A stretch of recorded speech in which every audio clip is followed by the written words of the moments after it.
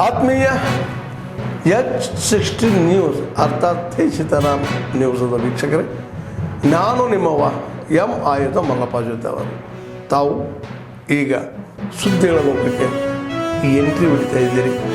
ಈ ಸುದ್ದಿಗಳನ್ನು ಪ್ರತಿಯೊಂದು ನೋಡೋ ಜೊತೆಗೆ ನಿಮ್ಮ ಅಭಿಪ್ರಾಯಗಳನ್ನು ಹೊಸ್ತಾ ಇದೆ. ಯಾಕಂದರೆ ಈ ಸುದ್ದಿಗಳು ನಿಮಗಾಗಿ, ನಿಮ್ಮ ಬದುಕಿಗಾಗಿ, ನಿಮ್ಮ ವೈಚಾರಿಕೆಗಾಗಿ, ನಿಮ್ಮ ತಿಳುವಳಿಕೆಗಾಗಿಯೂ ನಿಮಗೂ ಗೊತ್ತು.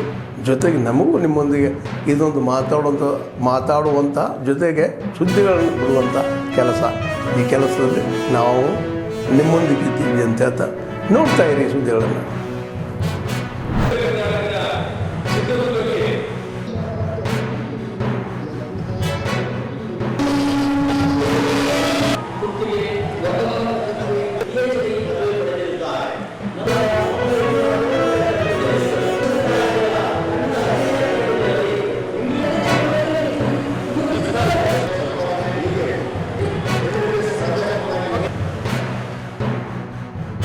ಮನೆಯನ್ನು ಗುರುತಿಸಿ ಗೌರವಿಸುವುದು ಸರ್ಕಾರದ ಕರ್ತವ್ಯ ಹಾಗೂ ಹೆಮ್ಮೆ.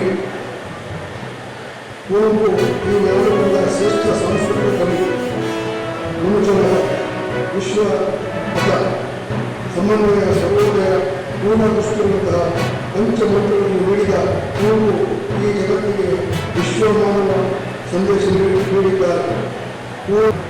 ಪ್ರಜ್ಞಾನವನ್ನು ಜಗತ್ತಿನಾದ್ಯಂತ ವಿಸ್ತರಿಸುವ ಕಾರ್ಯ ಮಾಡುತ್ತಿರುವುದು ನಮ್ಮೆಲ್ಲ ಕನ್ನಡಿಗರ ಹೆಮ್ಮೆ ಪಡುವಂತಹ ವಿಷಯ.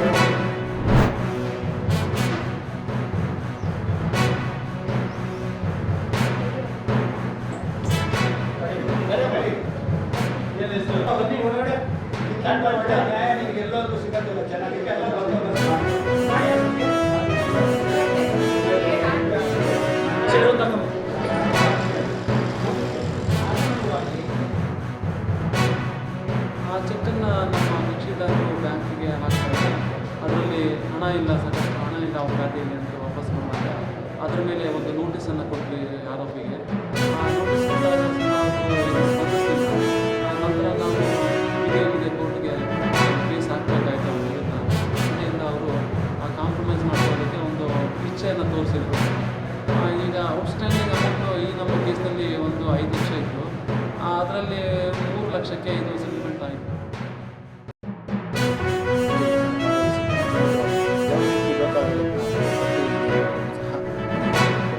ಇದೊಂದು ಲೋಕ ಅದಾಲತ್ ಅನ್ನೋದು ಇದು ನ್ಯಾಯಾಲಯಗಳ ಪ್ರಕ್ರಿಯೆ ಅಲ್ಲದೆ ಇದೊಂದು ಪರ್ಯಾಯ ಒಂದು ಪ್ರಕ್ರಿಯೆಯಾಗಿರ್ತದೆ. ಮತ್ತು ಲೋಕ ಅದಾಲತ್ನಲ್ಲಿ ಯಾವುದೇ ರೀತಿಯಾದ ನ್ಯಾಯಾಧೀಶರು ಮೇಲೆ ಕೂತು ಪ್ರಕರಣಗಳನ್ನು ತಿಳಿಸ್ಕೊಳ್ಳೋದಿಲ್ಲ. ಅವರು ಪಕ್ಷಗಾರರ ಜೊತೆಯಲ್ಲಿ ತಮ್ಮ ಪಕ್ಷಗಾರರ ಫಲಾಂಶ ಇರುವುದನ್ನು ಅಲ್ಲಿಯೇ ರಾಜ್ಯವನ್ನು ಮಾಡುವಂಥ ಪ್ರಕ್ರಿಯೆ ಆಗಿರ್ತದೆ. ಅಂದರೆ ಇಂಪ್ಲಿಮೆಂಟ್ ಮಾಡೋದು, ಕೋರ್ಟ್ ಪ್ರೊಸೀಡಿಂಗ್ಸ್ ಹೆಂಗಿರುತ್ತೆ ಅನ್ನೋದನ್ನೆಲ್ಲ ನಾವು ಟ್ರೈನ್ ಮಾಡ್ಕೊಂಡಿದ್ದೀವಿ, ನಾಲೆಜ್ನ ಗೇನ್ ಮಾಡ್ಕೊಂಡಿದ್ದೀವಿ. ಒಂದ್ಸತಿ ಈ ಥರ ಲೋಕ ಅದಾಲತ್ ನಡೀತಾ ಇರುತ್ತೆ. ಇದರಿಂದ ಕೆಲವೊಬ್ಬರು ಪೂರ್ ಪೀಪಲ್ ಹೆಲ್ಪ್ ಆಗುತ್ತೆ. ತುಂಬ ವರ್ಷದಿಂದ ಬರ್ತಾ ಇರೋದು, ತುಂಬ ವರ್ಷದಿಂದ ಇರುತ್ತೆ, ಅವ್ರಿಗೆ ಸಾಲ್ವ್ ಆಗ್ತಿರಲ್ಲ. ಸೊ ಅದರಿಂದ ಇಲ್ಲಿ ಬಂದು ಇವಾಗ ಈ ಟೈಮಲ್ಲಿ ಸಾಲ್ವ್ ಮಾಡಿಕೊಂಡ್ರೆ ಅವ್ರಿಗೆ ಹೆಲ್ಪ್ಫುಲ್ ಆಗ್ತಾ ಇರುತ್ತೆ. ಲೋಕ ಅದಾಲತ್ನಲ್ಲಿ ಸುಮಾರು ನ್ಯಾಯಾಲಯದಲ್ಲಿ ಚಾಲಿರ್ತಕ್ಕಂಥ ಸುಮಾರು 10,000 ಪ್ರಕರಣಗಳನ್ನು ನಾವು ಎಲ್ಲ ನ್ಯಾಯಾಲಯಗಳಲ್ಲಿ ತೆಗೆದುಕೊಂಡಿದ್ದು.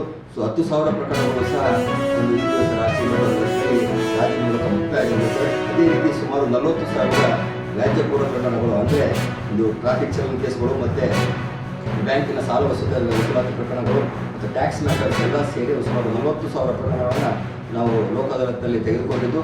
ಸೊ 40,000 ಪ್ರಕರಣಗಳು ಸಹಿತ ಈ ದಿವಸ ಒಂದು ರಾಜ್ಯ ಮೂಲಕ ಮುಕ್ತಾಯಗೊಂಡಿದೆ.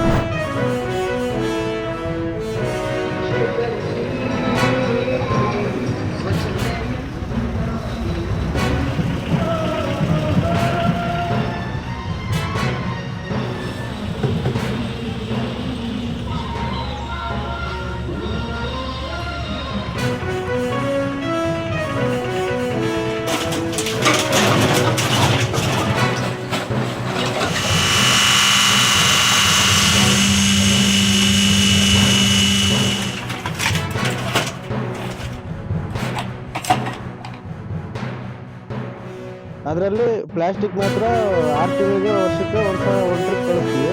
ಹಸಿ ಕಸ ಮಾತ್ರ ಒಂದು ಸಲ ಕಸ ಹಾಕ್ಬಿಟ್ಟು ಅದ್ರ ಮೇಲೆ ಬೆಲ್ಲದ ನೀರು ಉಪ್ಪು ಕಲಿಸ್ಬಿಟ್ಟು ಅದ್ರ ಮೇಲೆ ಮಣ್ಣು ಹಾಕ್ಬಿಟ್ಟು ಮತ್ತು ಅದ್ರ ಮೇಲೆ ಒಂದು ಲೇರು ಕಸ ಹಾಕಿಬಿಟ್ಟು ಮತ್ತೆ ಅದೇ ಥರ ಬೆಲ್ಲದ ನೀರು ಮಣ್ಣು ಹಾಕಿಬಿಟ್ಟು ನಾವು ಇದು ಮಾಡ್ತೀವಿ. ರೈತರಿಗೆ 6 ತಿಂಗಳಿಗೆ ಒಂದು ಸಲ ಮಾರಾಟ ಮಾಡ್ತೀವಿ, ಅದನ್ನು ತಗೊಂಡು ಹೋಗ್ತಾರೆ.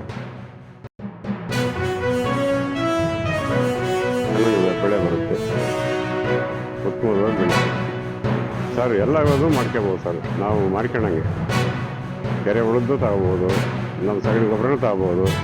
ಎಲ್ಲ ಗೊಬ್ಬರದಿಂದಲೂ ಚೆನ್ನಾಗಿ ಬೆಳೆ ಕೊಡುತ್ತೆ. ಪ್ಲಾಸ್ಟಿಕ್ ನೆಲವನ್ನು ಸಹ ನೀಟಾಗಿ ಪ್ರೆಸ್ ಮಾಡಿಬಿಟ್ಟು ಕಟ್ಕೊಡುವಂಥ ಒಂದು ಮಿಷನ್ ಆಗಿದೆ.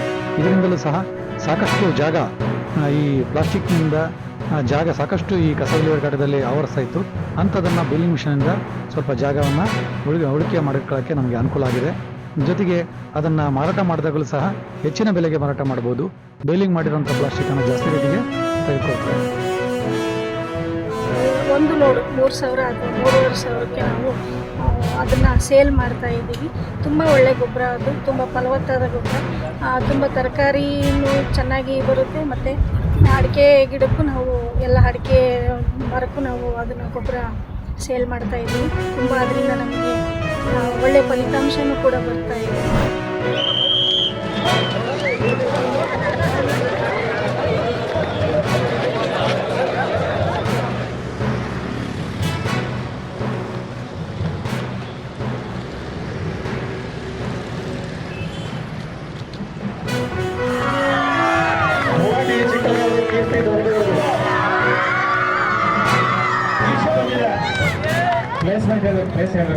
ಪ್ಲೇಸ್ಮೆಂಟ್ 17th ಪ್ಲೇಸ್ ಎಲ್ಲ ಹೊಡ್ಕೊಂಡಿದ್ದಾರೆ. ಜೋರು ಚಪ್ಪಾಳೆ DYES ನವರಿಗೆ.